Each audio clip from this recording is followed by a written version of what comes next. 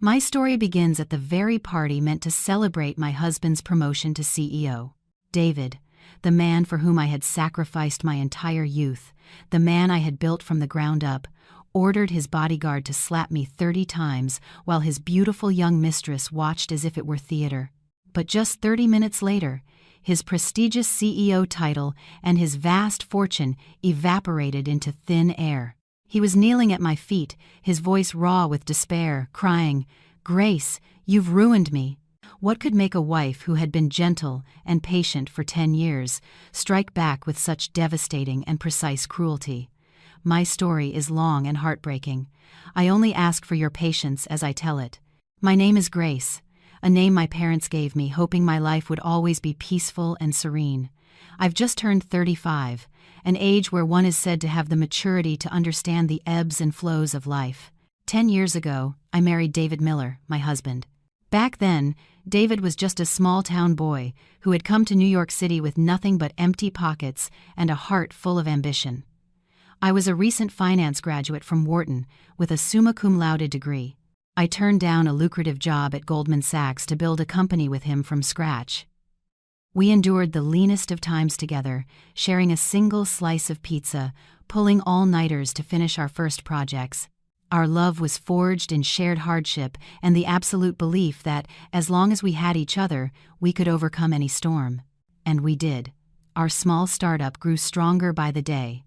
With David's sharp business acumen and my strategic and financial support, he steadily made a name for himself in the cutthroat world of real estate development. 5 years after our wedding, with the company on solid ground, our first and only son, Leo, was born into what I believed was boundless happiness.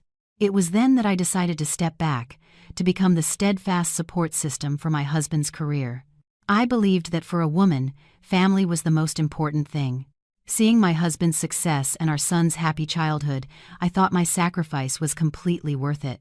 We moved into a luxurious penthouse on the Upper East Side, with panoramic views of the city, a life countless people dreamed of. I dedicated all my time to raising Leo, managing our home, and nurturing a good relationship with David's family. My mother-in-law, Margaret, was a traditional and somewhat stern woman. She always told me, "Men build empires, women build homes." She taught me that a wife's duty was to be patient and sacrificial so her husband could focus on his great career. I took her words to heart, striving to be the perfect daughter-in-law and the devoted wife she expected me to be. Life moved on smoothly. David became more and more successful, his status climbing ever higher. Our company was acquired by a major corporation, and he was eventually appointed CEO of the entire construction group. He started leaving early and coming home late. Family dinners became rare, and business trips became relentless. I told myself this was the price of success. I didn't complain. I would just quietly wait for him to come home, preparing his favorite meals and ironing his shirts until they were perfectly crisp. I grew accustomed to taking Leo to school alone, attending parent-teacher conferences alone, and handling every household matter, big or small, by myself. I grew accustomed to the loneliness inside my own gilded cage. But about a year ago, I began to feel that something was wrong. David had changed. He was no longer the warm husband and gentle father he used to be. He became irritable and distant. His phone calls were always shrouded in secrecy. He'd step out onto the balcony or into the bathroom to answer them. He started paying more attention to his appearance, buying expensive designer suits and wearing colognes he'd never used before. A woman's intuition told me another figure had entered our lives. But whenever I tried to broach the subject, he would shut me down harshly. "Grace, don't be ridiculous. I'm buried in work. I don't have time for your petty insecurities." Other times, he'd be sarcastic. "Do you have too much time on your hands, sitting at home all day? Maybe if you got a job, you wouldn't have time for this nonsense." His words were like invisible knives, stabbing at my heart. I was in agony but didn't dare to make a scene. I was afraid. I was afraid that if the truth came out, the family I had painstakingly built over a decade would shatter. I was afraid my son would lose his perfect home, so I chose silence, deceiving myself that I was just being overly sensitive, that he was just under pressure from work. I tried to care for him even more, cooking better meals, dressing up for him at home, hoping to win back his wandering heart. But all my efforts were in vain. He remained cold, distant, and the nights he didn't come home at all became more frequent. And then, the fateful day arrived. David came home earlier than usual, his face beaming with excitement. He tossed his briefcase onto the sofa, pulled me into a hug, and announced, "Grace, they've made me CEO of the group." I stood frozen, my heart pounding. CEO. It was the highest position, the pinnacle of success he had chased for years. I should have been thrilled, proud, but for some reason, a vague sense of dread washed over me. I felt as if he and I were standing in two completely different worlds. He had ascended to a new height, while I was still just a housewife, confined to the kitchen. I managed a weak smile. "Congratulations." But he didn't seem to notice my unease. He talked excitedly about the upcoming inauguration party. "It's going to be huge, Grace. I've invited all our major partners, the entire board. You need to get a spectacular gown, something befitting the wife of a CEO," he said, his voice full of self-satisfaction. I just nodded silently, feeling a terrifying sense of alienation. He wasn't discussing it with me, he was giving me orders. I was no longer his life partner, sharing in his triumphs, but had become a decorative accessory, something required to complete his public image. In the following days, he threw himself into planning the party. He hired a professional event planning company and personally selected a lavish 5-star hotel in Midtown Manhattan as the venue. He didn't consult me on anything. I just watched in silence, my heart growing heavier each day. I went out on my own and chose an evening gown in a deep emerald green. It was an elegant, modest design, yet undeniably sophisticated. I wanted to look beautiful on his big day, a final attempt to assert my own value. The evening of the party, I stood before the mirror, studying my reflection. The woman looking back at me still had the traces of youth, but her eyes held a profound sadness. I applied my makeup carefully, trying to conceal the exhaustion from sleepless nights. When I came downstairs, David was already waiting, looking sharp in a tailored black tuxedo. He glanced at me from head to toe, a look of scrutiny, not admiration. He frowned slightly. "Why did you pick that color? It makes you look old." "Well, whatever. There's no time to change now. Let's go." His words were like a bucket of ice water poured over my soul. I walked to the car in silence, my heart constricting. I took a deep breath, trying to push away the dark clouds, to be the radiant wife standing by his side. But I had no idea that in just a few hours, in that very glamorous place, I would lose not only my smile but also my dignity, my honor, and the 10 years of my life that I had poured into that man. The 5-star hotel where the party was held was decorated like a palace. Dazzling crystal chandeliers illuminated the polished marble floors, reflecting the images of elegant guests in expensive attire. The air was filled with soft music, the clinking of champagne glasses, and a symphony of laughter and conversation, the soundtrack of success and power. I walked the red carpet on David's arm, forcing a bright, radiant smile to hide the emptiness and anxiety in my heart. All eyes were on us. They looked at him with admiration and praise, and at me with a mixture of curiosity and envy. The CEO's wife is so young and beautiful. David Miller is a lucky man, brilliant, with a perfect family. They're the golden couple of the New York business world. Those compliments should have made me happy, but they sounded bitter and hollow. I knew that in their eyes, I was just a shadow, an ornament accentuating my husband's glorious career. No one knew what I had sacrificed, what I had given up to get him to this day. David was basking in the attention. He pulled me around the room, introducing me to partners and VIPs. But his introductions were strange.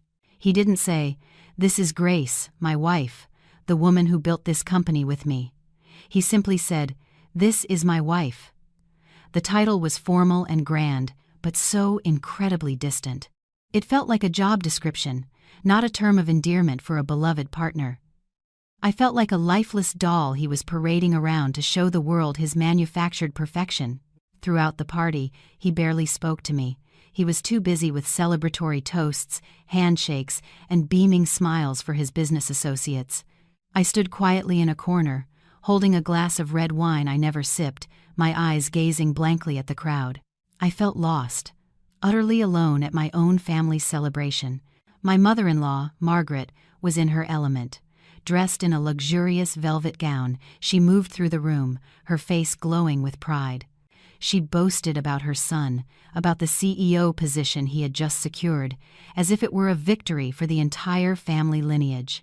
Seeing me standing alone, she approached with a hint of reproach. "Grace, why are you hiding here? You should be out there networking with your husband. You need to act like a CEO's wife, not some wallflower. People will talk." I just nodded meekly, but my feet felt rooted to the floor. I couldn't bring myself to participate in this charade. And then, she appeared. Just as the party reached its peak, a young woman in a fiery red gown that clung to her stunning figure made her entrance. She was very young, probably in her early 20s, with a sharp, beautiful face and provocative red lips. Every eye in the room turned to her. She wasn't alone. On her arm, holding her with an unmistakable intimacy, was none other than David Miller, my husband. In that instant, time stopped. A ringing filled my ears, my vision blurred, and my chest felt like it was being crushed. I stood frozen. The wine glass slipped from my hand and shattered on the floor, the glass shards scattering like the pieces of my heart. David didn't even look in my direction. He led the girls straight to the stage where a giant cake stood waiting. He took the microphone, his voice booming through the hall. "Thank you all for coming to celebrate with me. Today is a very special day for me. And to make this day even more perfect, I'd like to introduce someone even more special." He turned to the girl, his eyes filled with an adoration I hadn't seen in years. "This is Jessica. She has been by my side, encouraging me and giving me the inspiration to achieve everything I have today. She is my energy, my future." A wave of murmurs swept through the room. People exchanged confused glances. Some looked at me with pity. I stood there, the center of attention, feeling stripped bare before hundreds of eyes. Pain, humiliation, and rage swelled in my chest like a tidal wave, washing away the last of my composure. I didn't cry. My tears had run dry long ago. All I felt was a terrifying emptiness. 10 years of sacrifice, 10 years of devotion, all repaid with this public degradation. He wasn't just having an affair, he was determined to trample on my honor, to completely erase my existence. My mother-in-law was stunned. Her jaw dropped, and her face went pale. She couldn't believe what her son had just done. She shot a look at me, her eyes a complex mix of anger and confusion. I took a deep, shuddering breath, summoning the last of my strength. I would not collapse here. I would not let them see me weak. I began to walk slowly toward the stage. Each step felt as heavy as lead, but my gaze was sharp and unwavering. David saw me approaching.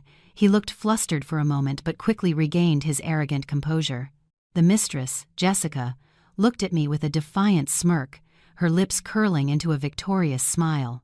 I stopped a few feet from them. I didn't look at her. I looked directly into David's eyes. My voice trembled, but every word was clear. "David, can you explain this?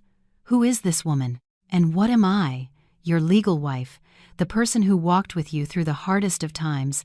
What am I to you now?" David's brow furrowed. His voice turned cold and cruel. "Grace, don't make a scene here. Can't you see you're embarrassing me? Go back to your seat. We'll talk about this at home." "Embarrassing you?" I let out a bitter laugh that chilled me to the bone. "You bring your mistress to your own party, introduce her like a queen, and I'm thrown aside like an old piece of furniture. Who is embarrassing whom?" Silence fell over the room. Everyone held their breath, watching the drama unfold. Jessica spoke up then, her voice sickly sweet, but each word a needle in my ear. "Grace, you shouldn't make things difficult for David. There's no fault in love, only in being the one who is no longer loved. David and I are truly in love. You should know when to step aside gracefully." "Shut up!" I screamed, losing control for the first time in my life. "You have no right to speak to me." Seeing me enraged, David instinctively moved to shield his mistress. He glared at me, his voice a low, menacing growl. "Grace, I'm telling you for the last time, don't make me lose my temper. This is my celebration. Don't ruin it." "Ruin it?" Tears finally streamed down my face. You call this betrayal a celebration? David, are you even human? For 10 years I sacrificed everything for you, for this family. I gave up my career, I raised our son, I took care of your mother. And for what? For this humiliation? The anger and pain erased all my fear. I pointed a shaking finger at him, my voice breaking. You are a thankless, heartless man. You don't deserve anything you have. Perhaps my words struck a nerve in the newly appointed CEO. David's face flushed with rage. Without another word, he turned to the large bodyguard standing near the stage and gave a command so cold it froze my blood, a command I will never forget. Slap her for me, 30 times, make her wake up. The entire room was stunned into silence. No one could believe that a successful, sophisticated man like David Miller could issue such a brutal order against his own wife in front of hundreds of guests. The bodyguard hesitated, but a murderous look from David made him nod and step toward me. I stood perfectly still, my body trembling, not from fear, but from absolute horror. The man I once loved, the father of my child, could treat me like this. Beside him, Jessica crossed her arms, a look of pure satisfaction on her face. She was ready for the show.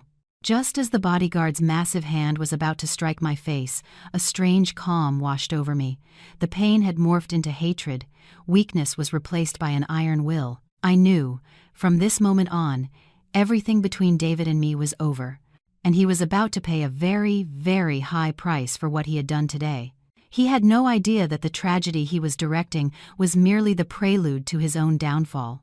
The bodyguard's hand was still in midair, not yet touching my cheek. When I took a step back, I lifted my chin, my gaze locking onto his, cold and sharp. My voice wasn't loud, but in the dead silence of the room, every word was crystal clear. You touch me, and I guarantee that by tomorrow your entire family will have no place to hide in this city. My words carried an undeniable threat. The bodyguard froze, his large hand trembling as his eyes widened in confusion. He was just a man on a payroll, loyal to David, yes, but not foolish enough to invite ruin upon himself. He looked back at David, awaiting a different order. David's face turned purple with rage. He couldn't believe that his always gentle, submissive wife could utter such defiant words. He roared, "Are you deaf? I told you to slap her. I'll take responsibility for any consequences." But I didn't give him the chance. I turned to David, a faint, cold smile playing on my lips. "David, are you sure you can handle the consequences?" Then, without a moment's hesitation, I turned and walked away. Not toward the exit, but toward the side of the stage, where the staff entrance was located.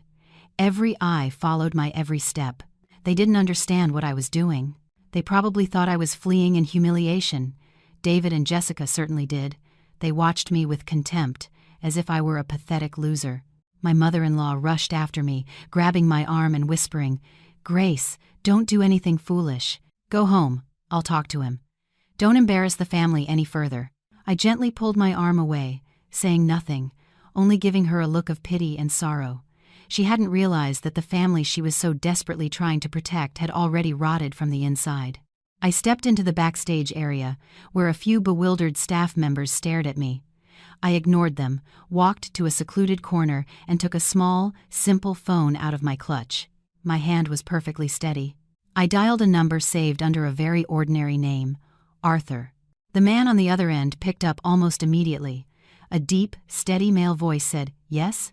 I took a deep breath, my own voice surprisingly calm. "Arthur, it's time. Begin." It was a short, simple command. No explanation, no story. The voice on the other end simply replied, "Understood." I hung up, deleted the call from my history, and walked back out, but not to the ballroom. I took the fire exit and left that glamorous 5-star hotel behind, abandoning the drama that was about to reach its final act. I didn't go home. I walked aimlessly along the brightly lit streets. The cool night air on my face felt sobering. I didn't cry. I didn't feel pain anymore. All that remained was a vast emptiness and a strange sense of relief. The weight of the lies, the pretense, the years of silent suffering, it all seemed to have been lifted tonight. I had given him a chance, but he had destroyed it with his own hands. I glanced at my watch. 15 minutes had passed since my call. Everything must have already begun. Back in the ballroom, after I left, David tried to salvage the atmosphere. He grabbed the microphone, forced a laugh, and said, "Apologies for that little interruption, ladies and gentlemen. Please, let's continue the celebration." He signaled for the band to play something upbeat. Jessica clung to his arm, laughing and chatting, trying to pretend nothing had happened. But the mood in the room was irrevocably broken. The whispers and gossip continued. People looked at David differently now, with curiosity, but also with a hint of contempt. A man who could treat his wife so cruelly, could he really be trusted in business? And then, exactly 30 minutes after my phone call, the real storm hit. The phones of nearly every guest in the room buzzed and lit up at once. The websites of the largest news outlets, the most respected business forums, all simultaneously published a bombshell story with a massive headline.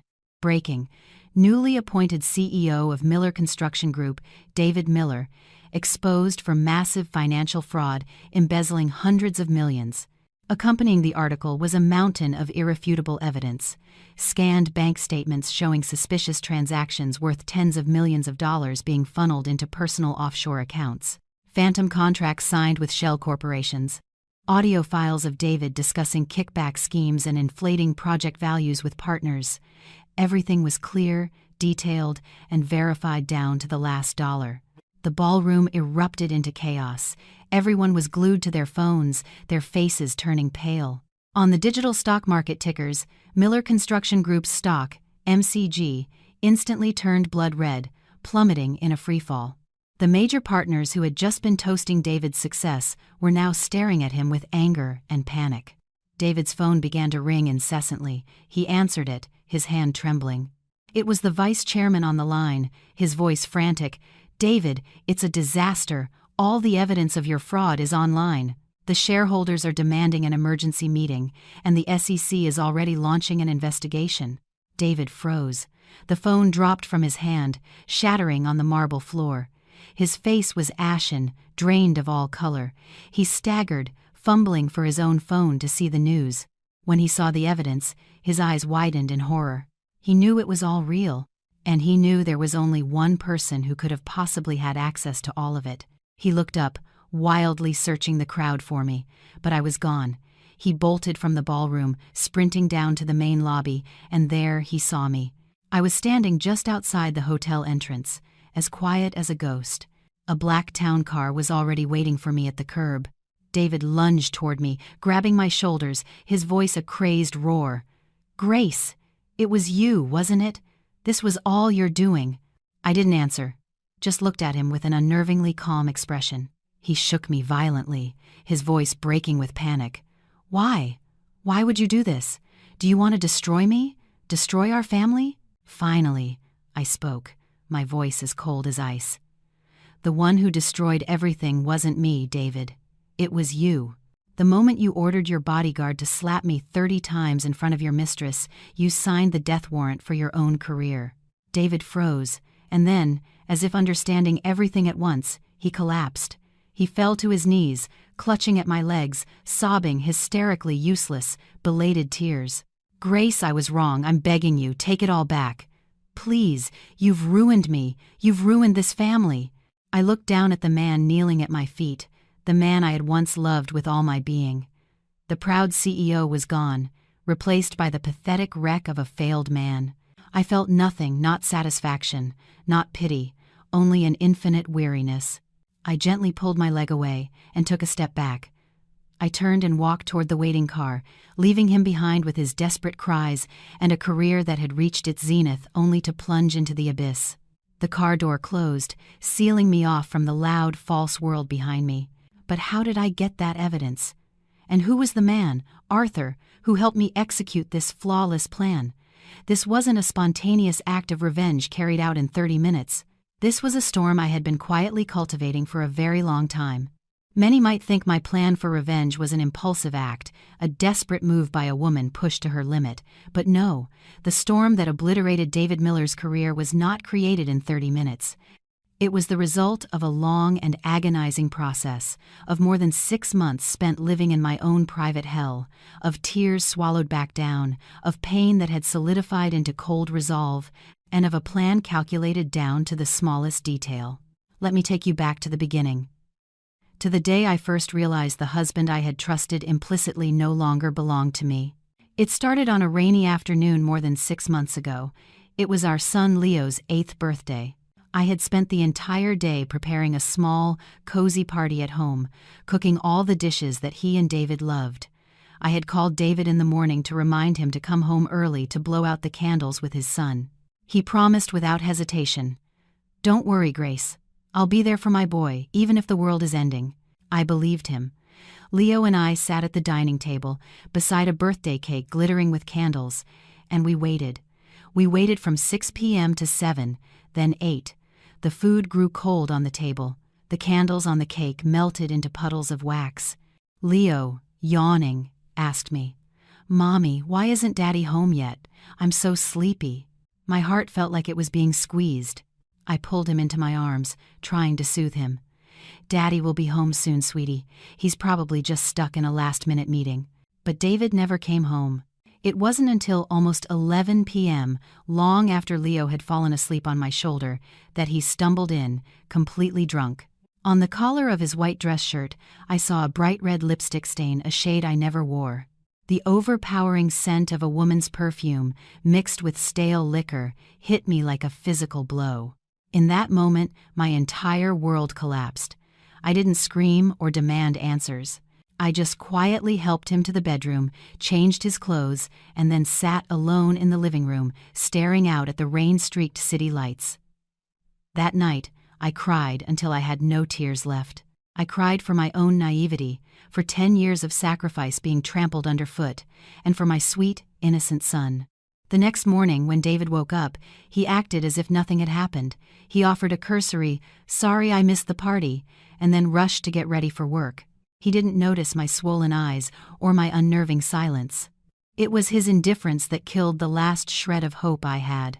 I knew I couldn't live in this deception a day longer, but I also knew I couldn't act rashly. The David of today wasn't the penniless boy from years ago. He had status, power, and connections. If I caused a scene, I would be the one to lose everything. He could easily paint me as a hysterical, jealous wife. He could use his money to fight for custody of Leo. I would be left with nothing. Just as I was sinking into despair, an idea sparked in my mind. I would not be a victim. I would be a warrior. I had to find justice for myself. And to do that, I needed evidence. Irrefutable proof. But where would I start? I was just a housewife, long removed from the corporate world, with no connections of my own. I felt small and powerless. I considered hiring a private investigator, but worried about reliability and the risk of being exposed. I was trapped in a vortex of anxiety, losing sleep and weight day by day. Then, one day, while cleaning out my late father's old study, I stumbled upon one of his old address books. Flipping through the yellowed pages, my finger stopped at a name, Arthur Vance. Below, it was a phone number. Arthur. I remembered him. He was my father's best friend, his most trusted business partner. When I was a little girl, he would visit our house, lift me into his arms, and give me candy. He was a successful businessman in his own right, a man my father deeply respected for his integrity and brilliance. After my father passed away, our families had lost touch. I had no idea if the number was still in service, but in my desperation, I decided to take a chance. Mustering all my courage, I dialed the number, my heart pounding. After a few rings, a familiar, deep male voice answered. "Hello? Mr. Vance? Is this you?" I stammered. "This is Grace, Frank Davis's daughter." There was a moment of silence on the other end, and then the voice softened with emotion. "Grace? It really is you. It's been too long. How are you? How is your family?" His warm voice was like a stream of cool water on my parched soul. I burst into tears, unable to hold it back any longer. Arthur seemed to sense that something was terribly wrong. He spoke gently. "Grace, don't cry. Whatever it is, you can tell me. I've always thought of you as a daughter. No matter what happens, I won't let you suffer alone." The next day, I met Arthur at a quiet, discreet coffee shop. I told him everything: David's changes, the lipstick stain, his cruel indifference. I told my story through tears and broken sentences. Arthur listened in silence, his expression hardening, his eyes flashing with anger. When I finished, he gently tapped the table, his voice firm. "That boy, David. To treat my friend's daughter this way, this will not stand. Grace, don't you worry, I will help you." I looked at him, hesitant. "But Arthur, he's so powerful now. I'm afraid." Arthur cut me off, his gaze sharp. "Power? In this life, Grace, no one can hide from the truth forever. What's important now is that we act smartly. What do you want? Do you want an amicable divorce with a settlement? Or do you want him to pay for every single thing he's done to you?" I looked at him. The image of a drunken David on our son's birthday flashing in my mind, the garish red lipstick, the contemptuous sneer when I tried to save our marriage. A fire of pure hatred ignited within me. I clenched my fists, my voice becoming cold and resolute. "I want him to pay, Arthur. I want him to lose everything he's so proud of, everything he built on my sacrifices." Arthur looked at me, a flicker of approval in his eyes. He nodded. "Good. You have your father's spirit. If that's your decision, I will help you all the way. But this path will be difficult and dangerous. Are you ready?" I looked him straight in the eye, without a trace of doubt. "I'm ready." From that day forward, I was no longer the weak, submissive Grace of the past. I became someone else, a woman living with a single purpose: to unmask the real David Miller. Our plan began to take shape, a meticulous, detailed strategy, waiting for the perfect moment to deliver the final, decisive blow. What happened at the party tonight was just the foretold conclusion to a play of deceit. But how did we gather that secret financial evidence, and how deeply was Arthur involved? That is another long story. After that fateful meeting with Arthur, I felt a surge of invisible strength. I was no longer alone or helpless. I knew I had a solid pillar of support behind me, a man who had not only the financial means and influence, but, more importantly, genuine trust and affection for me. Our plan was divided into two main phases. Phase 1, evidence gathering. Phase 2, awaiting the opportune moment to strike. Arthur made it clear to me that to take down a man at the peak of his power like David, evidence of an affair wasn't enough. In the high-stakes business world, infidelity was a common scandal. It might tarnish his reputation, but it wouldn't destroy his career. To make him fall, we had to hit him where it hurt the most: his finances and his legal standing. Arthur connected me with the most professional and trustworthy private investigation firm he knew. They weren't your typical PI agency.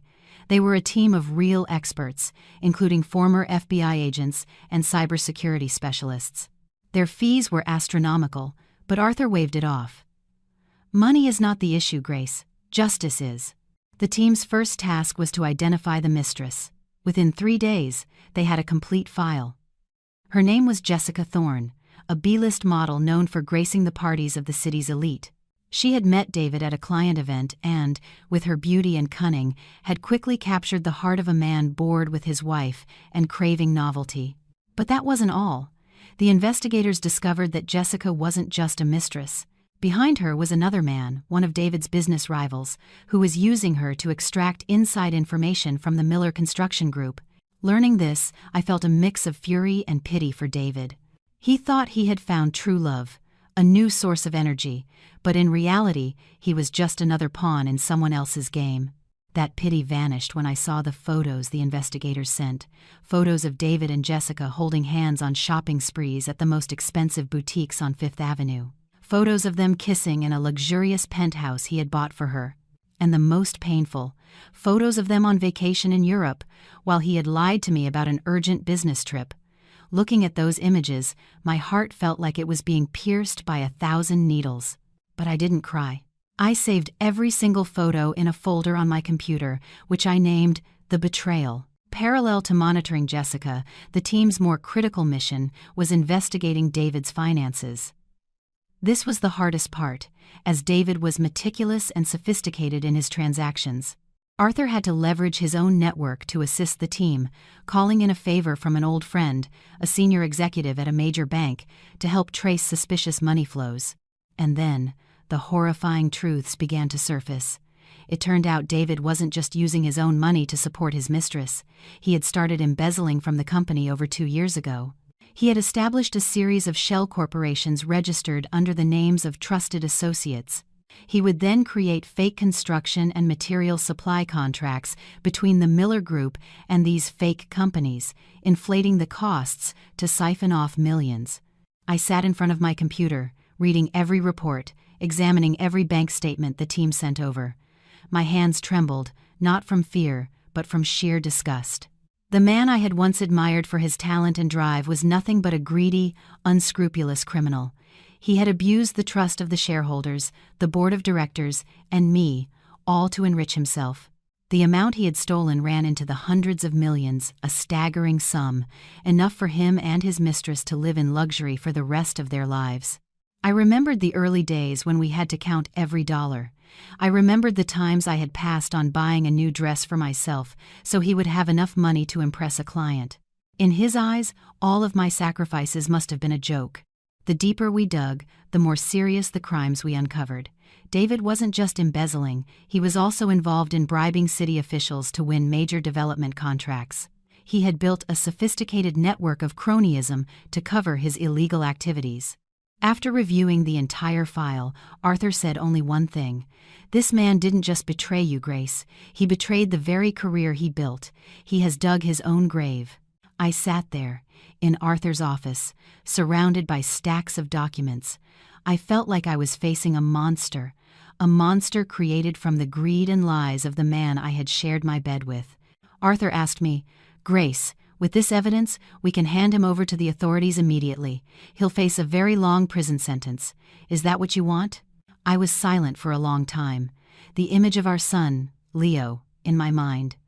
If David went to prison, my son would grow up without a father. He would carry the stigma of being a criminal's son. That pain might be even greater than the betrayal I had endured. I looked at Arthur and shook my head, my voice hoarse. "I don't want him in prison, Arthur. At least, not for Leo's sake. I just want him to lose everything he's so proud of, his career, his status, and his arrogance. I want him to know what it feels like to fall from the highest peak into the deepest abyss the same way I felt." Arthur looked at me, first with surprise, then with understanding and respect. He nodded. "I understand. If that's what you want, we'll find another way. A way that doesn't involve the law courts, but is even more painful than prison." And that's when phase 2 of our plan was set in motion. We wouldn't report him to the police. We would turn this evidence into a weapon, a time bomb, and detonate it at the moment he least expected it, the moment he was at the pinnacle of his glory, the moment he felt he was the king of the world. The CEO inauguration party was the perfect stage for his spectacular downfall. But for that bomb to have the maximum impact, we needed one more element, an element that could shake the very foundations of the Miller Construction Group, and that was when Arthur's true role became clear. If the private investigators were the covert soldiers gathering ammunition, then Arthur was the brilliant general who devised the strategy for the final battle. After I decided against legal prosecution in favor of destroying David on the corporate battlefield, Arthur smiled a smile that was both wise and a little proud. "You've really grown up, Grace," he said. "Sometimes, the most painful punishment isn't physical confinement, but the complete collapse of the spirit. We will let David Miller experience that." Arthur began to lay out his plan. He explained that simply leaking the evidence of financial fraud online wasn't enough. It would cause a massive shock and send the stock into a nosedive, but with his connections and cunning, David might still find a way to wriggle out of it, blame a subordinate, use money to silence the media. To ensure he had no path to recovery, we needed to seize control from within. We had to become a powerful enough force inside the Miller Construction Group to decide his fate. I asked, bewildered, "But how? I'm just a minor shareholder, and you have no connection to the company." Arthur chuckled, the laugh of a seasoned veteran of countless corporate wars. "Who says I have no connection? In the world of high finance, Grace, anything is possible with enough capital and a perfect plan." And Arthur's plan was truly astonishing. He revealed that for the past 6 months, while I had been investigating David, he had been acting in secret. He had used a significant portion of his personal fortune and his connections in the financial world to establish a ghost investment fund. The fund wasn't in his name but was managed by a team of lawyers and financial experts he trusted implicitly. Then, this fund began a quiet campaign to acquire shares of the Miller Construction Group on the open market. They bought slowly, discreetly, without raising any alarms. A little each day, from small retail investors to larger shareholders looking to divest. They operated with such professionalism that no one, not even David and his board, realized a shark was silently circling their company. I listened, speechless. I couldn't believe that while I was drowning in grief and rage, Arthur had done something so monumental for me. He hadn't just offered comfort, he had invested his own wealth and energy to help me find justice. My eyes filled with tears. Arthur, why would you do all this for me? Arthur waved his hand, his gaze warm and distant.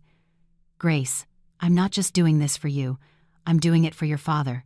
Years ago, he and I had a dream to build a strong, ethical company that contributed to society. But he passed away too soon, and I had to fight on my own. When I saw David, a talented young man, and the man you chose, I had hoped he could fulfill that dream in your father's place. But he went down the wrong path. He turned the company into a tool for his own illicit gain and betrayed everyone's trust.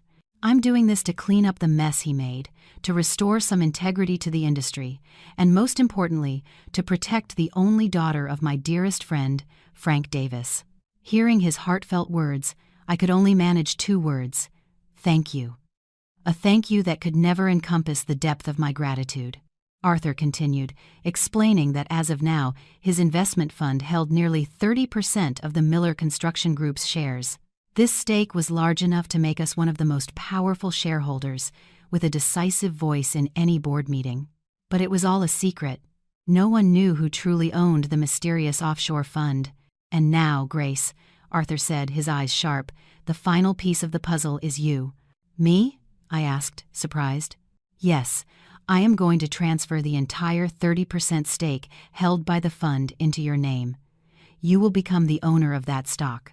You will be the second largest shareholder in the corporation, second only to the state pension fund. I was stunned, stammering, "But I can't. I don't have the money. And I've been out of the business world for so long." Arthur smiled. "Who said you need money? Consider it a loan. Once this is all over, you can repay me from the dividends. As for experience, don't underestimate yourself. You have the talent, the intelligence your father passed down to you. 10 years as a homemaker might have dulled some skills, but it couldn't kill the instincts of a brilliant financial analyst. I will be by your side, guiding you every step of the way." I sat there, a whirlwind of emotions inside me, anxiety, fear, but also a burgeoning excitement, a flicker of pride. Arthur didn't just want to help me get revenge, he wanted to give me a chance to rebuild my life, to find myself again, to stop living as my husband's shadow. He wanted me to become Grace, independent, strong, and valuable in her own right. I took a deep breath, looked Arthur straight in the eye, and nodded decisively. "Yes, Arthur. I'll do it. I won't disappoint you or my father." From that day on, my life entered a new chapter. By day, I was still the gentle, patient housewife. I took care of Leo, prepared meals for David, and played the part of the uncomplaining wife to perfection. But at night, when the house was asleep, I became someone else. I devoured the documents Arthur sent me. I reread financial reports, analyzed the company's business strategies. I learned how a major shareholder thinks, how they make decisions. Arthur was a dedicated mentor, explaining every clause, analyzing every move on the corporate chessboard. Slowly, the financial knowledge I thought I had lost was reawakened, sharper and stronger than before. I was no longer the naive Grace of 10 years ago. I had been forged in the pain of betrayal and armed with the sharpest weapons. I was just waiting for the day David Miller ascended to his throne, which would also be the day I would make my official debut, not as his wife, but as his greatest adversary. The time bomb was set. Its trigger was the inauguration party, and the one to light the fuse would be me. But how could we detonate that bomb so perfectly that David would have absolutely no way out? That required one final, incredibly sophisticated calculation.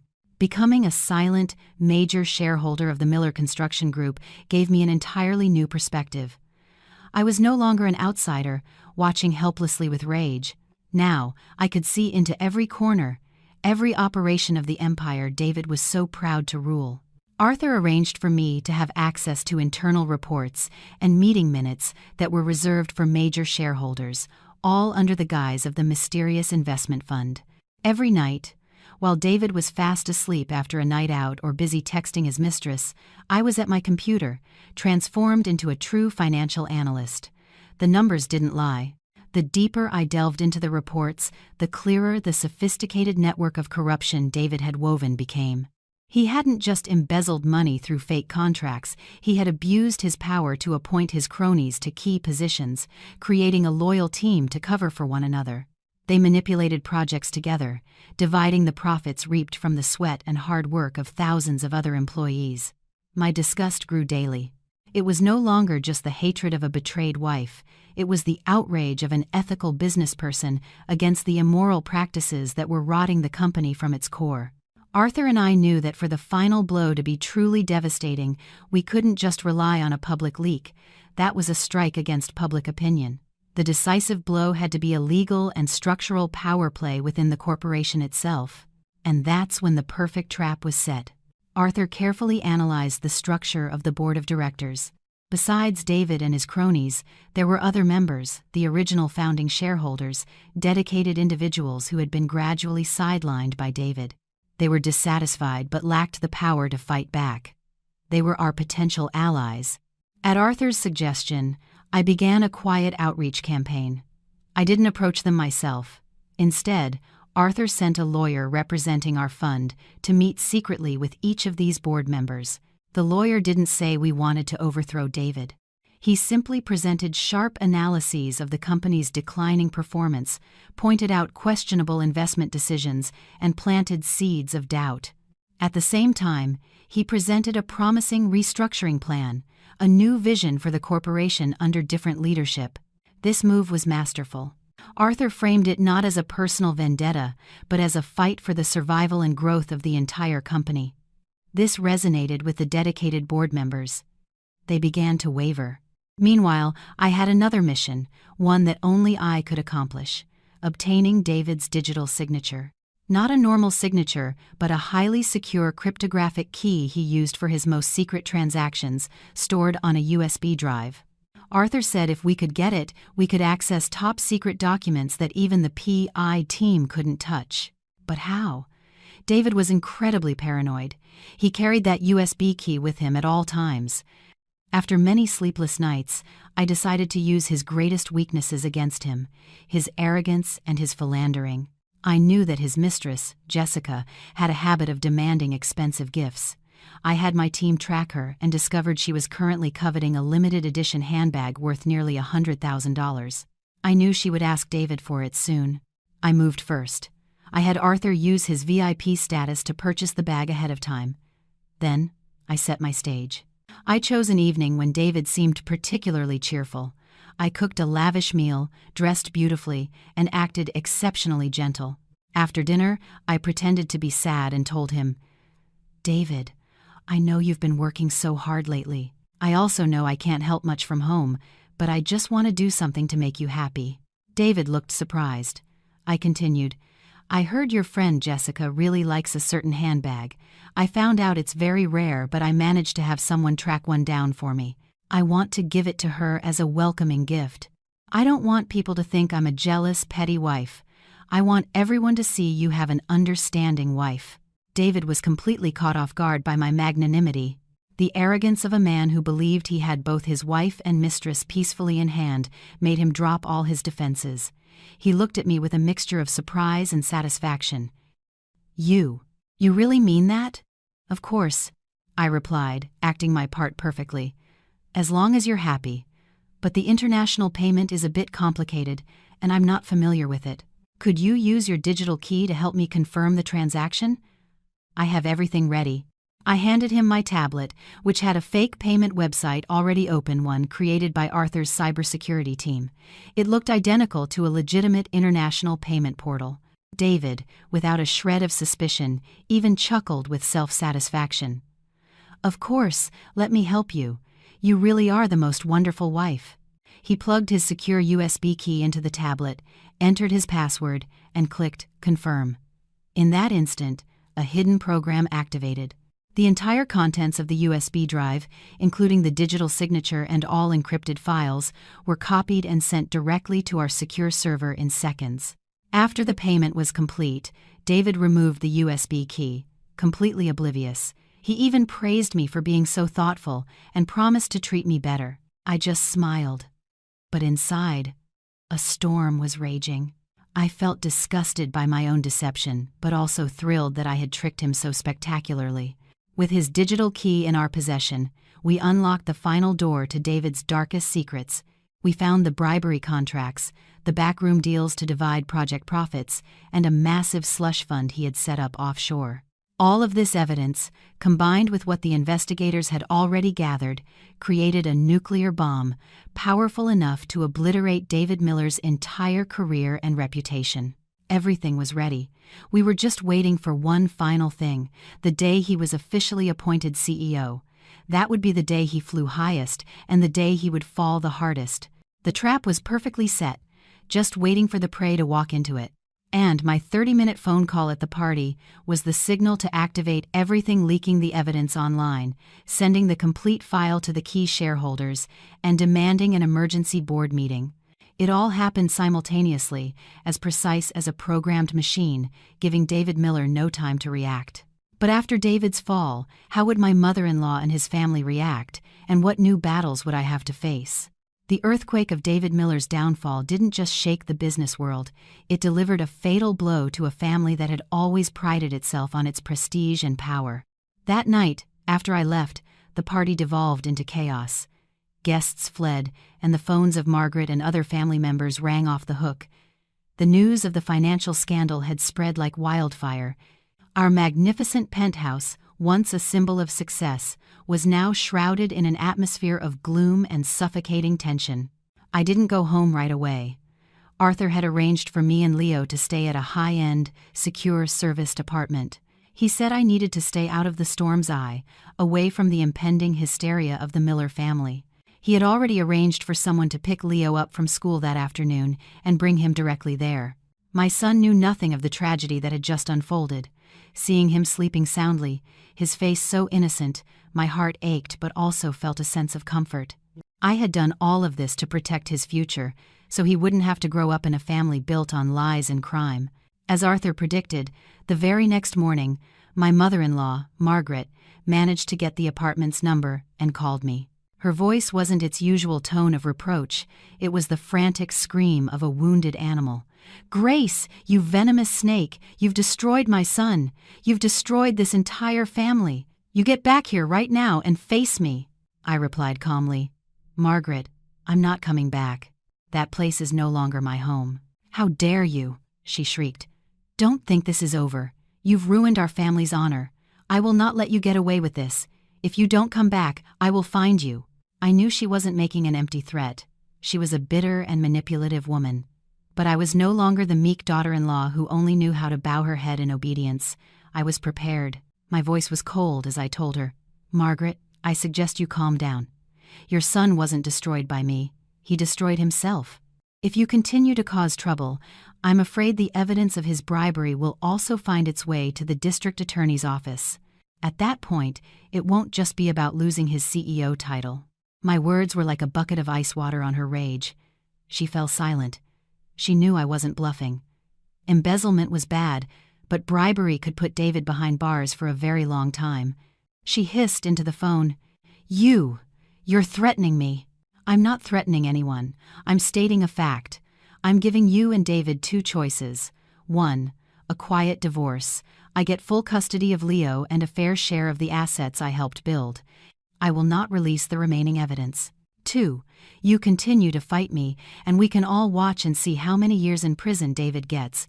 The choice is yours." I hung up, giving her no chance to respond. My hand holding the phone trembled. I am not a cruel person, but I knew that with people like my mother-in-law, only absolute firmness would make them back down. I waited all day. I knew that in that penthouse, an emergency family meeting was surely taking place. They were weighing their options, calculating the trade-off between losing face, losing money, and their precious son going to prison. That evening, David called me. His voice held none of the arrogance of a CEO, nor the pathetic desperation of the previous night. Instead, it was filled with an all-consuming weariness and bitterness. "Grace, you won. You've destroyed everything I ever had." I remained silent. He continued, his voice pleading. "My mother." She collapsed. "She's in the hospital. Can you just let this go? I'll agree to the divorce. I'll give you whatever I want. Just please, don't push me over the edge. Think of Leo. He can't have a father in prison." Hearing him mention our son, my heart twisted. That was my only weakness. I didn't want Leo to be hurt, but I also knew that my forgiveness could be a grave mistake. I took a deep breath. "David, you have no right to talk about our son. Did you think of him when you were with your mistress, when you humiliated me? But you're right, I don't want him to be ashamed of his father." I paused, then laid out my final conditions. "Fine. I won't press further charges. In return, you will sign the divorce papers without any conditions. All assets held in both our names, including the penthouse, will be mine. You will relinquish all custody rights to Leo, with visitation only granted at my discretion. And most importantly, you and your family are to never disturb my son's life or mine ever again." There was a long silence on the other end. I knew these were harsh terms. He would lose everything: wife, son, home, fortune. But that was the price he had to pay. Finally, he spoke, his voice a hoarse, lifeless whisper. "Fine, I agree." The call ended. I slumped to the floor, tears streaming down my face.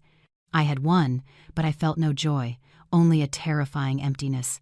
10 years of marriage ending in a cold, ruthless transaction. A few days later, David and I met at Arthur's lawyer's office. He looked gaunt and exhausted. The confidence in his eyes was gone, replaced by weariness and defeat. He didn't look at me, silently signing every document the lawyer presented. When all the formalities were complete, just before he left, he finally turned to look at me, his expression complex. "Grace, there's one thing I have to ask. How did you know about all of it? The transactions, the accounts? Even my own CFO didn't know everything." I looked at him for the first time since that fateful night, not with hatred, but with a flicker of pity. My voice was even. "Because you forgot, David. You forgot that before I became a housewife, I was a top financial analyst. You underestimated me, and that was your biggest mistake." With that, I turned and walked away, and I never looked back. I knew that from this moment on, our lives would be two parallel lines, never to cross again. But would David truly let me go so easily? And would my bitter mother-in-law quietly accept the loss of her son, her grandson, and her fortune? I had a feeling the war was not truly over. After David signed the divorce papers and transferred the assets, I thought the nightmare was finally over. I had my freedom, full custody of Leo, and a financial foundation solid enough to start a new life.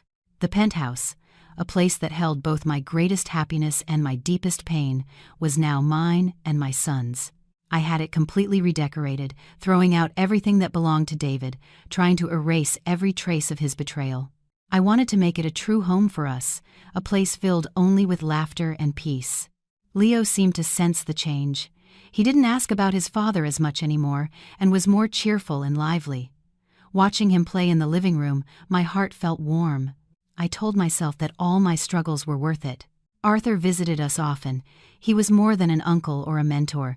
He had become a father figure, always offering invaluable advice. He told me, "Now that you have the means, the assets, the shares in the company, you should return to the business world. Reclaim your value. Don't let your talent be buried. Grace, show David and the whole world that you can not only survive without him, but thrive." His words gave me the motivation I needed. I began to seriously consider a comeback, but life is never as smooth as one hopes. Just as I was finding my footing, David reappeared. He was no longer the defeated man from the lawyer's office. He came to me one afternoon looking utterly pathetic. He was wearing old clothes, his face was gaunt, and he had a scraggly beard. He stood outside the building's entrance, not daring to buzz, just staring up. I was playing with Leo in our private terrace garden and saw him. My heart sank. Leo spotted him too and shouted with joy, "Daddy!" He ran toward the entrance, hugging David's legs. David bent down and held our son, tears streaming down his face. He cried with regret and helplessness. I watched from a distance, my heart in turmoil. No matter how much I hated him, he was still Leo's father. I didn't want our son to see him like this. I walked over and said gently to Leo, "Sweetie, why don't you go inside? Mommy needs to talk to Daddy." Leo nodded obediently and ran back inside, leaving just the two of us. David looked up at me, his eyes red-rimmed, his voice hoarse. "Grace, I know I have no right, but please, let me see him more often. I miss him so much." I said nothing, he continued, his voice pleading. "After I lost everything, I realized what was truly precious. It wasn't the CEO title, it wasn't the money. It was you and Leo. I was wrong, Grace. I'm a monster, a man who doesn't deserve forgiveness. I was blinded by her, by greed." He began to recount his days after the fall. Jessica, upon seeing he had lost everything, had vanished without a word, taking the penthouse and all the money he had given her. Friends and partners who had once praised him now turned their backs. He had to sell his last car to pay off debts. He said he couldn't sleep at night, haunted by images of me and Leo. He was full of regret, so much so that he wished he were dead. Honestly, hearing his words, I felt a flicker of pity. I had once loved this man with all my heart. Seeing him fall from a powerful CEO to a broken, penniless man, I couldn't help but feel a pang of sorrow. But then, the image of him ordering the bodyguard to slap me 30 times flashed vividly in my mind. The image of Jessica's triumphant smirk, the shame I had endured. All of it formed a cold, hard wall, blocking any compassion I might have felt. I looked at him, my voice calm but distant. "David, your regret comes too late. It can't erase the wounds you inflicted on me. You can visit Leo. I won't stop that. But that's all. Between us, everything is over." David seemed unable to accept it. He knelt down and grabbed my hand, tears flowing freely. "Grace, I know I was wrong, but please give me a chance to make it right. I swear I'll change. I'll do anything to make it up to you and Leo. Can we please start over?" "Start over?" I laughed, a laugh more bitter than tears. How can we start over when trust has been shattered into a million pieces? How can we start over when my heart already died once because of you? David, get up.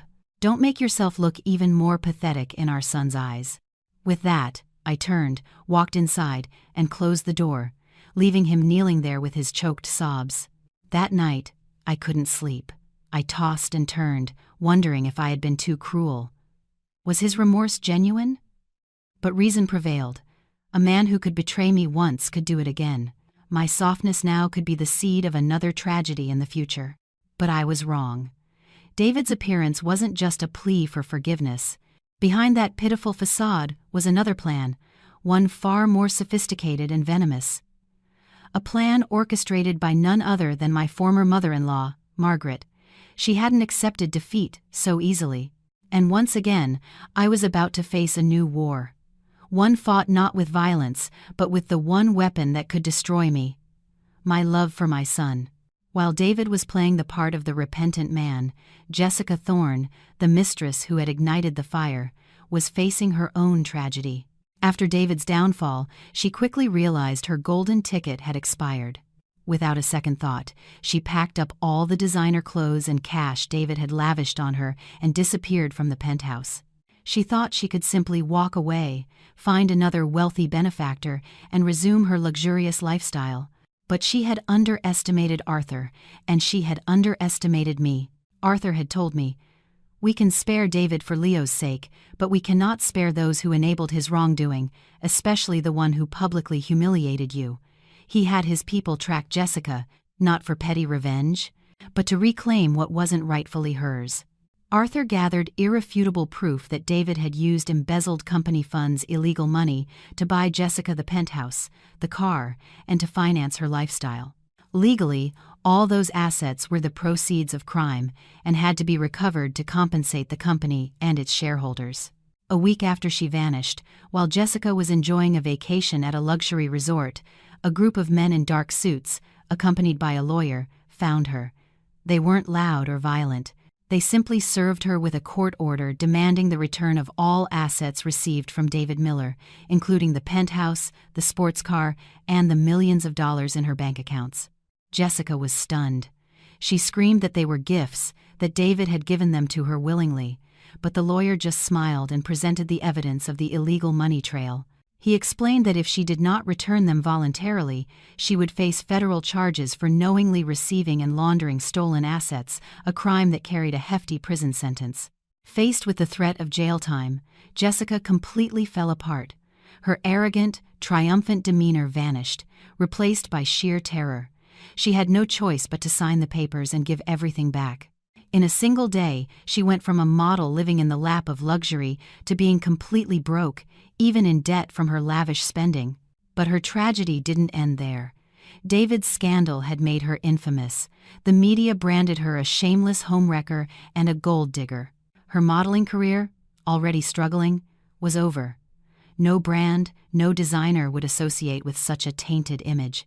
Penniless and jobless, she was shunned by her friends and condemned by the public.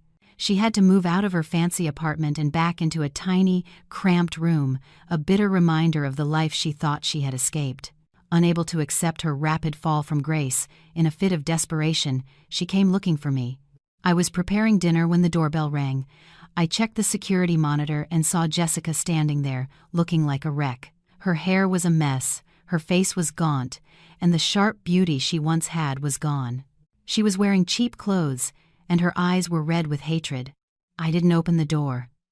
I wanted nothing to do with her. But she wouldn't leave. She started pounding on the door, screaming my name. "Grace, get out here, you bitch! You did this to me! You ruined my life and David's!" Her shouting attracted the attention of my neighbors. Not wanting a bigger scene, I opened the door. The moment she saw me, Jessica lunged, her hands like claws, ready to scratch my face. But the security guards Arthur had assigned to protect me and Leo quickly intervened, restraining her. She struggled, screaming obscenities. "This is all your fault. If it weren't for you, none of this would have happened. You're a vicious, two-faced monster. You pretended to be a saint just to stab everyone in the back." I looked at her without emotion. This person was both pathetic and pitiful. She had chosen this path herself. She had sown the seeds, and now she was reaping the harvest. My voice was calm. "Jessica, the person who ruined you wasn't me. It was your own greed and foolishness.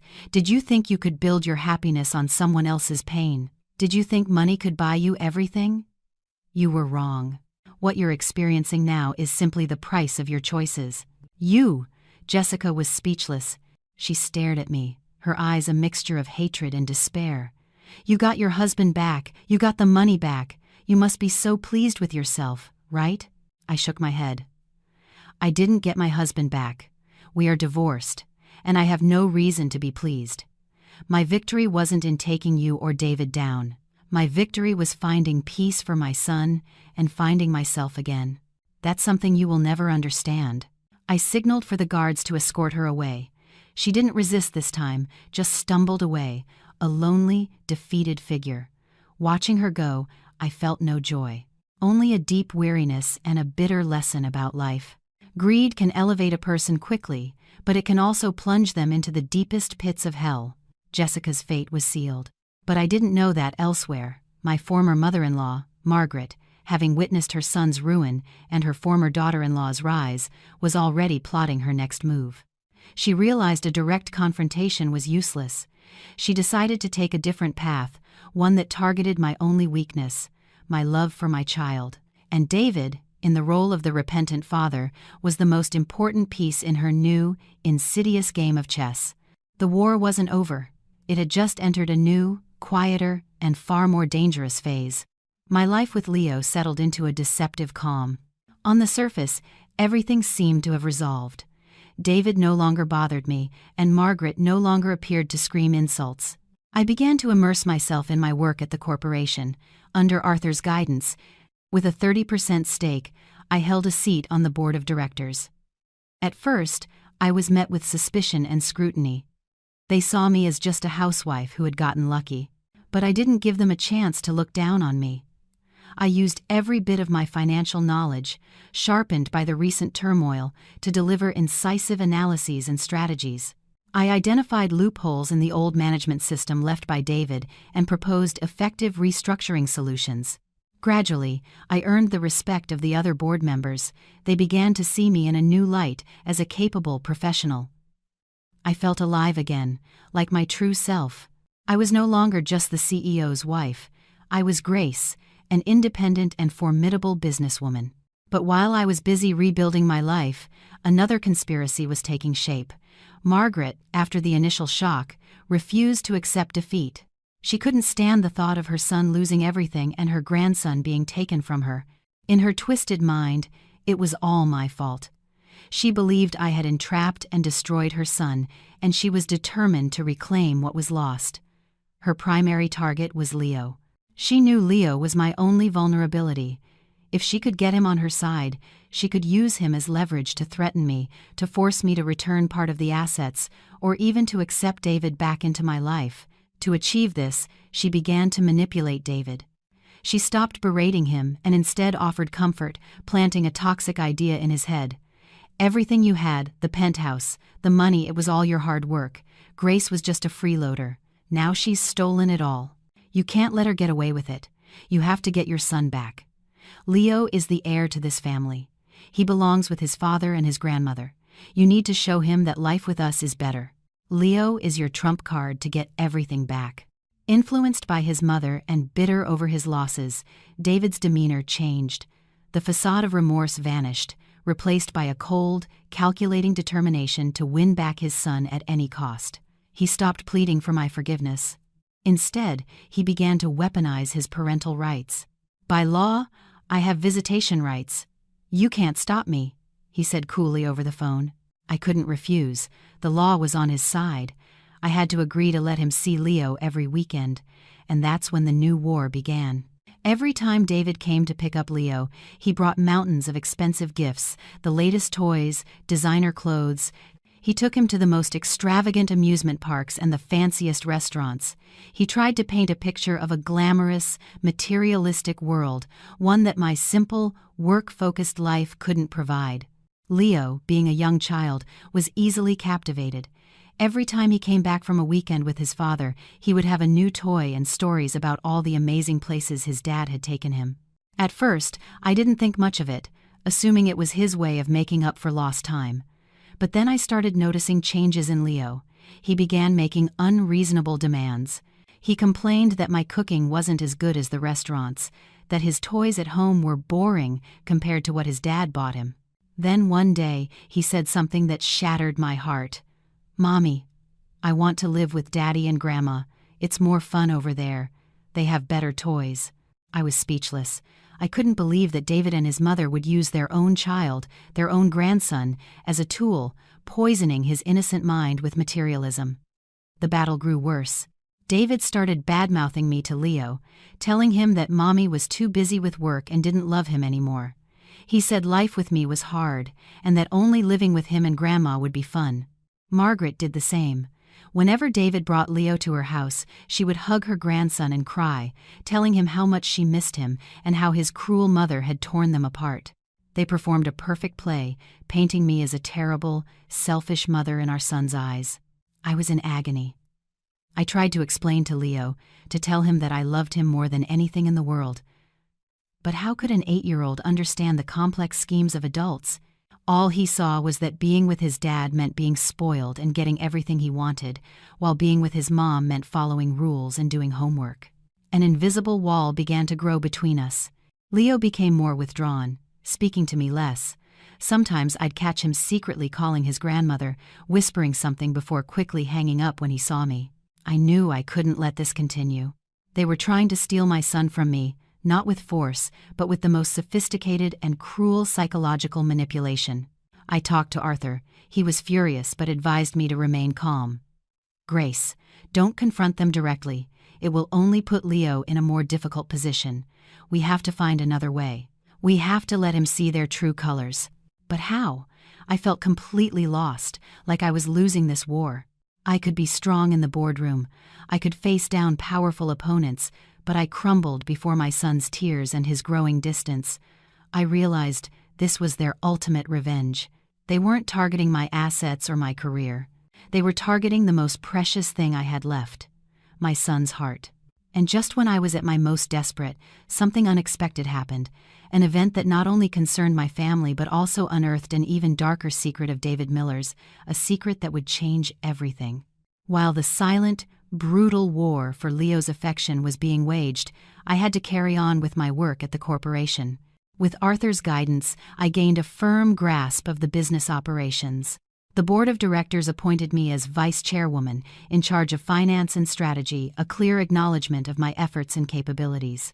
In this new role, I had access to almost all company records, including documents from years past. I threw myself into work, partly as a way to escape the pain at home. I wanted to prove I could stand on my own, that I could create value, that I wasn't the freeloader Margaret claimed I was.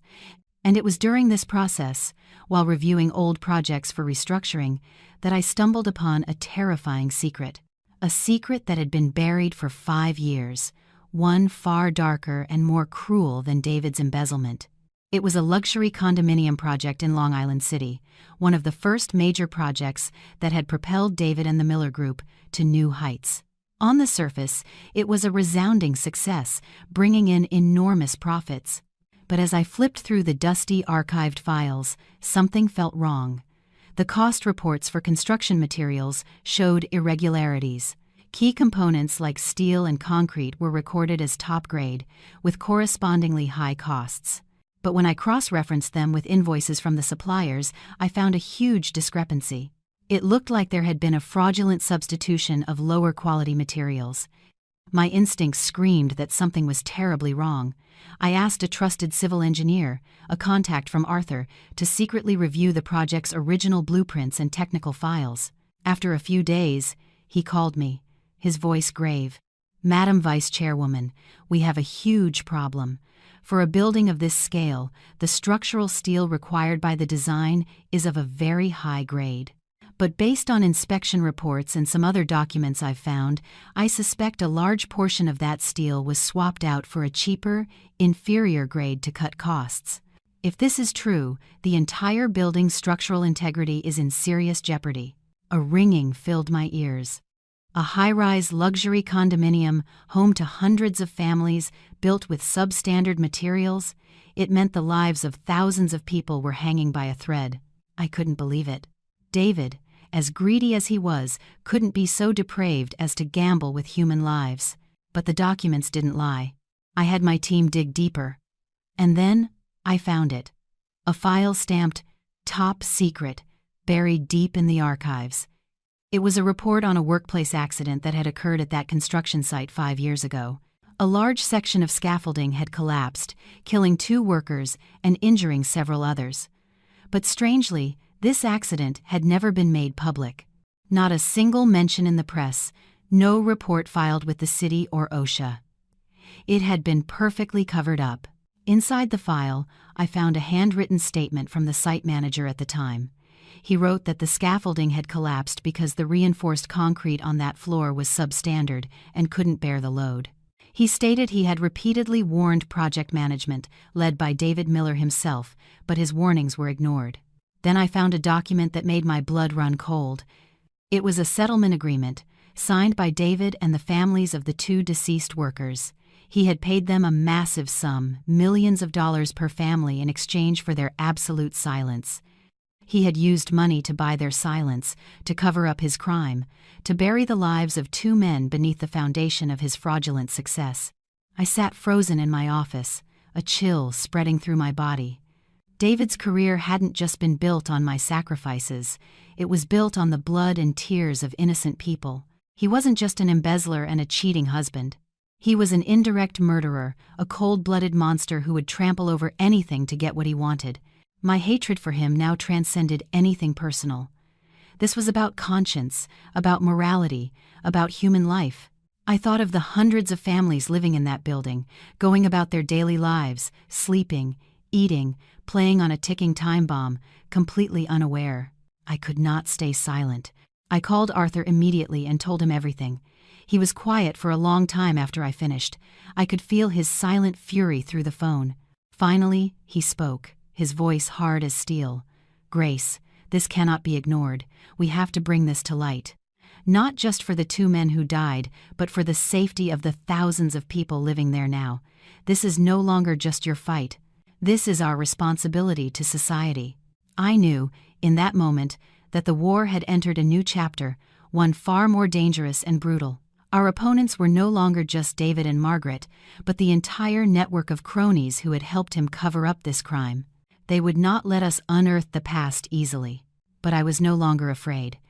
When I thought of the children playing in that condominium, children who could be the same age as my Leo, I knew what I had to do. I had to fight, not just to win back my son, but to win justice for the dead and protection for the living. And to do that, I needed a witness.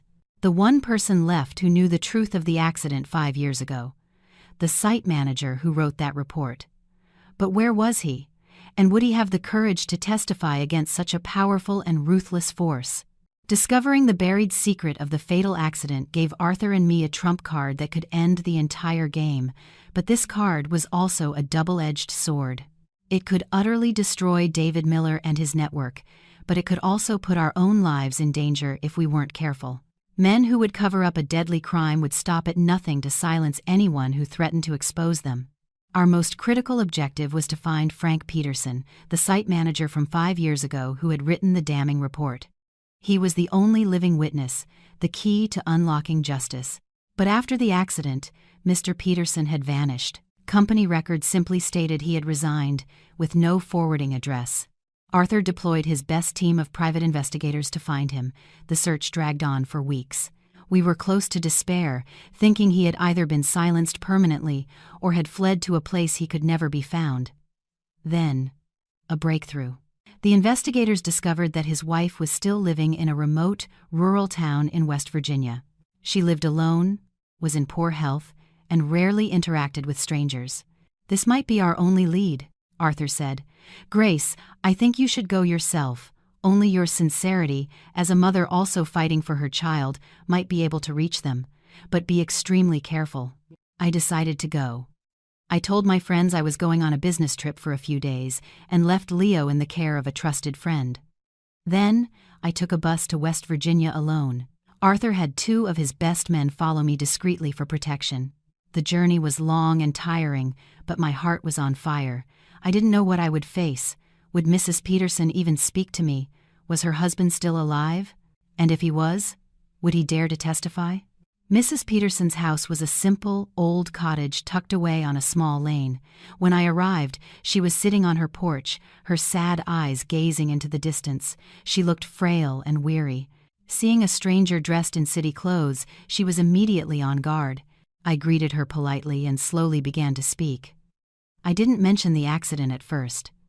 I told her my own story of being a single mother, fighting for her son, fighting for justice.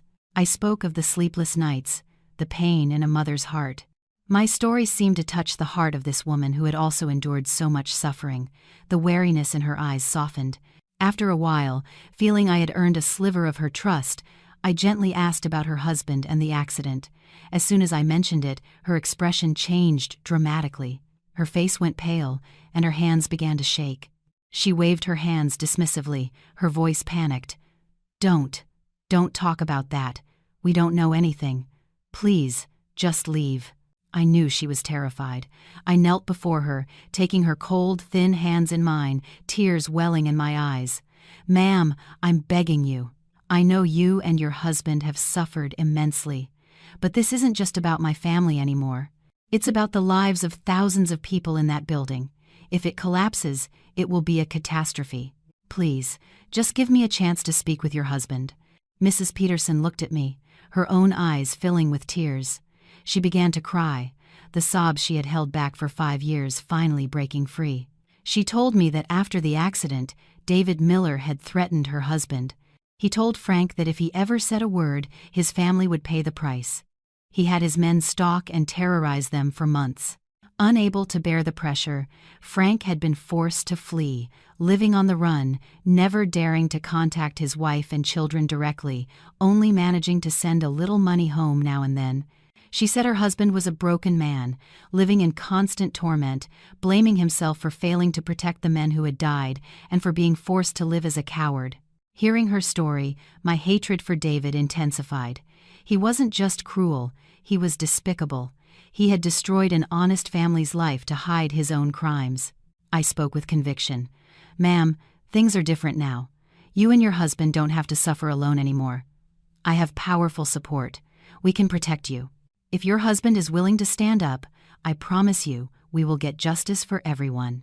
Mrs. Peterson looked at me for a long time, her eyes torn between fear and a new flicker of hope. Finally, she went inside and returned with an old cell phone. She dialed a number, her voice choked with emotion.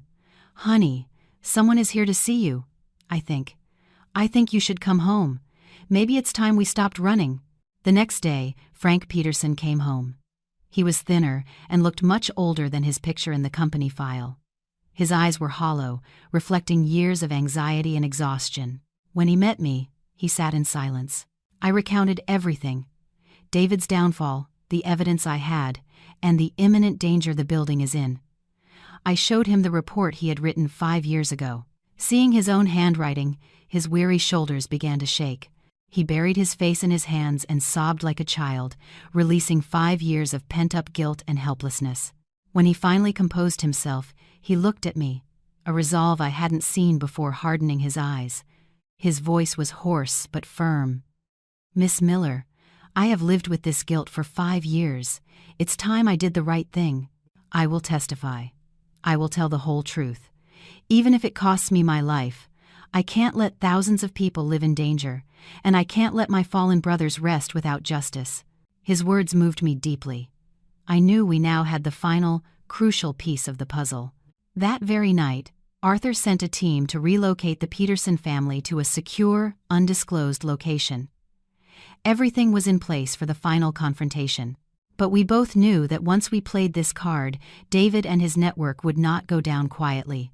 A storm even bigger and more violent than before was gathering on the horizon. And this time, it would be a battle for survival.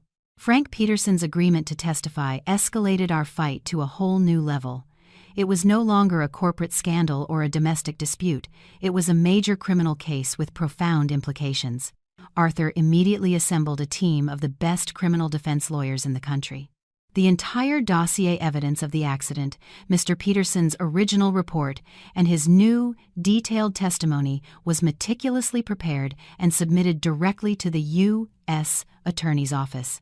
When news of the reopened investigation began to leak, the Miller Construction Group was shaken to its core once again. But this time, the tremors came not from public opinion, but from the fear of those implicated. David, who was in custody awaiting trial for his financial crimes, completely broke down when he heard that Frank Peterson had reappeared. He knew his last shred of hope was gone. Embezzlement might land him in prison for a few years, but covering up a fatal accident and knowingly constructing an unsafe building could mean decades behind bars. As we predicted, David's network sprang into action.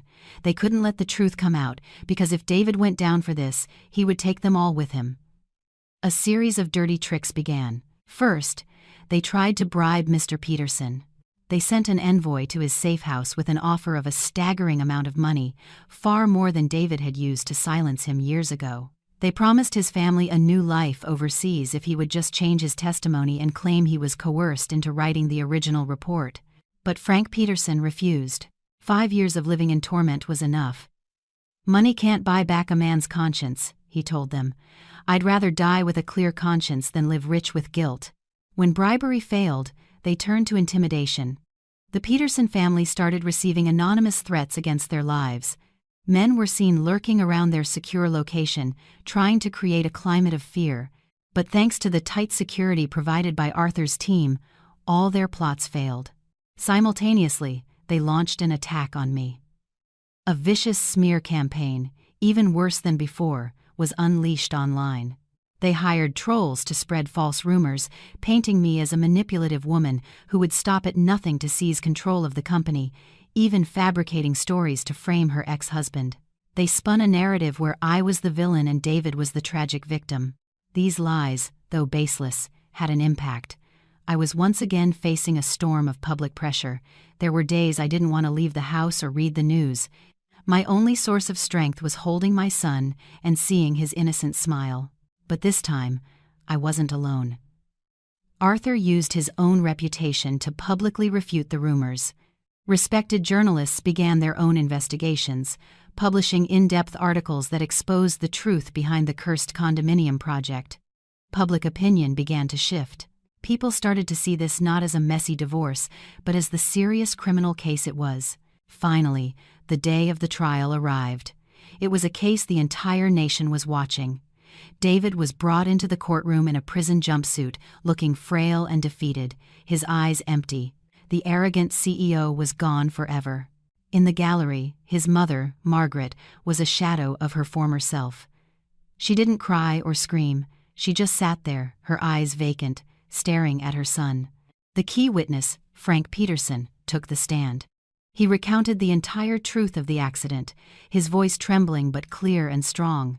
He described how David had threatened him, how he had lived in fear and guilt for years.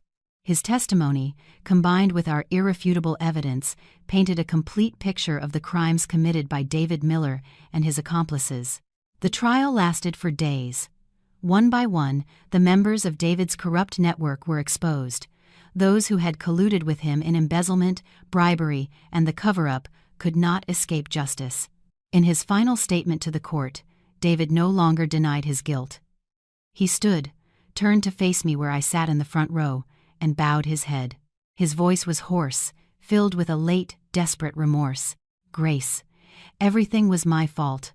I was driven by ambition and selfishness, and I lost everything. I hurt you. I failed our son, and I committed unforgivable crimes. I don't ask for your forgiveness. I only hope that after I have paid my debt to society, you and Leo can live in peace. I am truly, truly sorry." He broke down and wept, the tears of a man who had finally recognized the depth of his wrongdoing, but it was far too late. The verdict came down. David Miller received a very long sentence for a litany of crimes: embezzlement, bribery, criminal negligence causing death, and obstruction of justice. His entire network was dismantled and held accountable by the law. Justice, at long last, had been served. That day, as I walked out of the courthouse, the sky seemed unusually clear and bright. I held Leo tightly, taking a deep breath. The war was over, a long, painful war filled with blood and tears. I had won. But it wasn't a victory that brought joy. It was a victory for justice and truth, but it came at the cost of a family's complete destruction. Arthur came to my side and placed a hand on my shoulder. "It's over, Grace. From now on, live a new life, a life worthy of everything you've endured." I looked at him and smiled through my tears. Yes, a new life. But what would that new life look like, and who would I become now that I had walked through the eye of the storm? After the final verdict, life shifted for everyone involved. David began his long years in prison, paying for his crimes. Margaret, after witnessing the complete ruin of her son and her family's name, suffered a breakdown.